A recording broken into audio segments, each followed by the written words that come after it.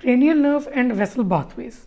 अच्छा, बेसिकली है तो ये बहुत आसान सा टॉपिक, लेकिन इसको याद करने का तरीका अगर आपको आता होगा तो आप कभी भी गलती नहीं करेंगे।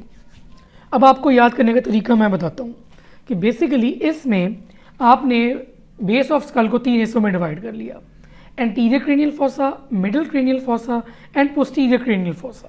ठीक है, अगली चीज़ क्या करनी है, पहले आए एंटीरियर क्रेनियल फोसा में। एंटीरियर क्रेनियल फोसा में सिर्फ और सिर्फ आपकी क्रिब्रिफॉर्म प्लेट है जिसमें से कुछ गुजर रहा है। क्रिब्रिफॉर्म प्लेट नाक के पास होती है आपकी एथमॉइड बोन में, और वहाँ से जा रही है आपकी क्रेनियल नर्व 1 जो कि है ही ऑल्फैक्टरी नर्व। ऑल्फैक्टरी नर्व मतलब कि for the sense of smell. ठीक है, तो अगर क्रिब्रिफॉर्म प्लेट में कोई डैमेज होती है तो ऑल्फैक्टरी नर्व उड़ेगी और आपकी सेंस ऑफ स्मेल डैमेज होगी। स्मेल का एक और इम्पॉर्टेंट चीज़ है कि वाहिद एक सेंसेशन है जिसका थैलेमिक रिले नहीं है, मतलब कि थैलेमस से नहीं गुजर रही। अब चलते हैं हम मिडिल क्रेनियल फोसा में। ये आ गया आपका मिडिल क्रेनियल फोसा। देखिए 1 के बाद आता है 2, तो 2 है ही आपकी ऑप्टिक नर्व, ये तो आपको याद ही है। ठीक है, तो ऑप्टिक नर्व ने कहाँ से गुजरना है? ऑप्टिक नर्व ने ऑप्टिक केनाल से ही तो गुजरना है। ठीक है, तो ऑप्टिक केनाल से ऑप्टिक नर्व गुजरेगी और साथ उसके, क्योंकि आई से रिलेटेड है सारा, तो ऑफ्थेल्मिक आर्टरी, ऑप्टिक नर्व और ऑफ्थेल्मिक आर्टरी ऑप्टिक केनाल से गुजर रही हैं। ठीक हो गया। और ऑप्टिक नर्व किस लिए है? साइट के लिए, आपकी नज़र के लिए। उसके बाद आएगा आपके पास सुपीरियर ऑर्बिटल फिशर। अब सुपीरियर ऑर्बिटल फिशर कैसे याद रखना है?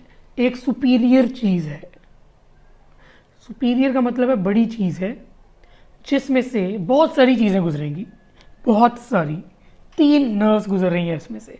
वो वाली 3 नर्व्स जिन्होंने आपके एक्स्ट्राओकुलर मसल्स को सप्लाई करना है, cranial nerve 3, 4 and 6, cranial nerve 3, 4 and 6। और इसका निमोनिक भी आपको याद ही होगा, LR6SO4O3, मतलब कि लेटरल रेक्टस को सप्लाई कर रही है 6th नर्व, सुपीरियर ऑब्लिक को सप्लाई कर रही है 4th नर्व, और बाकी सारे एक्स्ट्राओकुलर मसल्स O से अदर बनता है 3, 3rd नर्व सप्लाई कर रही है LR6SO4O3। मतलब कि क्रिब्रिफॉर्म प्लेट से 1 चली गई, ऑप्टिक केनाल क्योंकि ऑप्टिक है, ठीक है, तो उससे क्रेनियल नर्व 2 जानी है, ऑफ्थेल्मिक आर्टरी दोनों आई से रिलेटेड, और फिर सुपीरियर बड़ी चीज़ है तो उससे 3, 4, 6 चली गई। अब चलते हैं आगे। मिडिल क्रेनियल फोसा में आता है फ्रेंड्स वाला रॉस, ROS, रोटंडम, ओवेल एंड स्पाइनोजम। इसी ऑर्डर में याद रखें, रोटंडम, ओवेल एंड स्पाइनोजम। अब इसमें क्या है, रोटंडम से जाएगी क्रेनियल नर्व, मतलब कि रोटंडम, ओवेल, स्पाइनोजम जानिए क्रेनियल नर्व 5, लेकिन उसकी 3 ब्रांचेज हैं 1, 2 एंड 3। जो V1 है वो है जाती फ्रॉम रोटंडम, और V1 जो है उसे हम कहते हैं ऑफ्थेल्मिक ब्रांच, V2 को हम कहते हैं मैक्सिलरी ब्रांच, V3 को कहते हैं हम मैंडिबुलर ब्रांच। ऊपर देखें अपने चेहरे पे, पहले आती है आंख, फिर आती है मैक्सिला, फिर आती है मैंडिबल। इसी तरीके से है ऑफ्थेल्मिक, मैक्सिलरी, मैंडिबल। अब चलते हैं हम पोस्टीरियर क्रेनियल फोसा पे। पोस्टीरियर क्रेनियल फोसा जो है उसमें क्या क्या चीज़ें हैं? पोस्टीरियर क्रेनियल फोसा के जो फोरामन है वो याद रखने का निमोनिक जो मैंने बनाया हुआ था अपने लिए वो है I juggle through health facilities. I से आ जाता है internal auditory meatus, juggle through से आ जाता है jugular foramen, health facilities, health H से आ जाता है हाइपोग्लॉसल केनाल, और फैसिलिटी से आ जाता है फोरामेन मैग्नम। के एज अ MO आपको डिफरेंट जगह पे काम करना पड़ता है, तो आई जगल थ्रू हेल्थ फैसिलिटीज़। अब इंटरनल ऑडिटरी मीएटस में देखिए 5th तक तो आपने याद कवर की थी, ठीक है। इंटरनल ऑडिटरी मीएटस से पास करेगा cranial nerve 7 and 8, 7th facial आ जाती है, 8th वेस्टिबुलो कॉक्लियर आ जाती है। मतलब कि वो वाली दोनों नर्व्स जिनका कहीं ना कहीं से रिलेशन है विद द ईयर। फिर आता है जगुलर फोरामेन।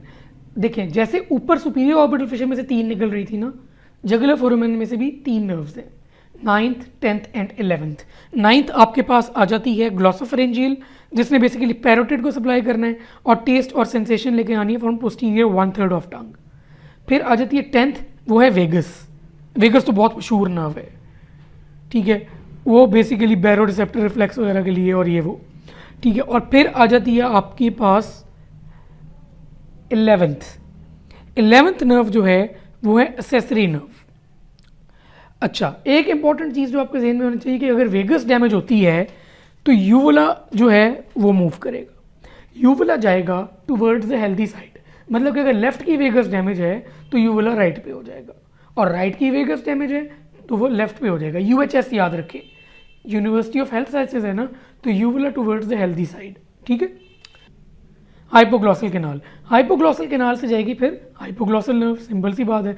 अब जो हाइपोग्लॉसल नर्व है, ठीक है, वो सप्लाई कर रही होती है टंग को, और टंग जो है वो उसी साइड पे जा रही होती है जिस साइड पे डैमेज होता है। मतलब कि अगर राइट साइड पे डैमेज हुआ तो टंग भी चली जाएगी टूवर्ड्स द राइट साइड, और लेफ्ट साइड पे डैमेज हुआ तो टंग भी चली जाएगी टूवर्ड्स द लेफ्ट साइड, ठीक है। उसके बाद आता है फोरामन मैग्नम। फोरामन मैग्नम से आती है आपकी ब्रेन स्टेम। अच्छा, एक चीज़ मैं बतानी भूल गया हूँ कि 11th क्रेनियल नर्व है एक्सेसरी नर्व। एक्सेसरी नर्व जो है वो सप्लाई कर रही होती है आपके शोल्डर के, मतलब कि स्टर्नोक्लीडोमास्टाइड और ट्रेपीजियस को।